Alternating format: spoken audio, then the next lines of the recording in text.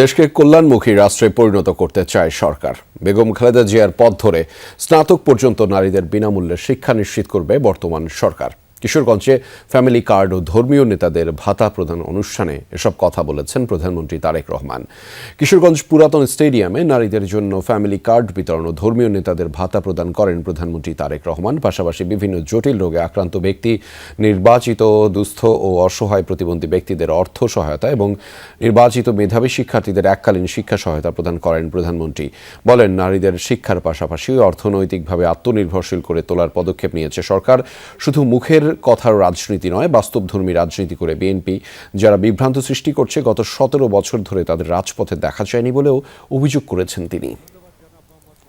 দেশে অনেক বিভ্রান্তকারী আছে, অনেক রটনাকারী আছে। এদের ব্যাপারে আমাদেরকে সতর্ক থাকতে হবে, দেখতে হবে এরা অতীতে কি করেছে।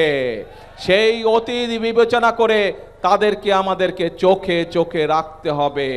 সেই অতীত বিবেচনা করেই আমরা ভবিষ্যতে তারা কি করছে সেদিকে আমাদেরকে নজর রাখতে হবে।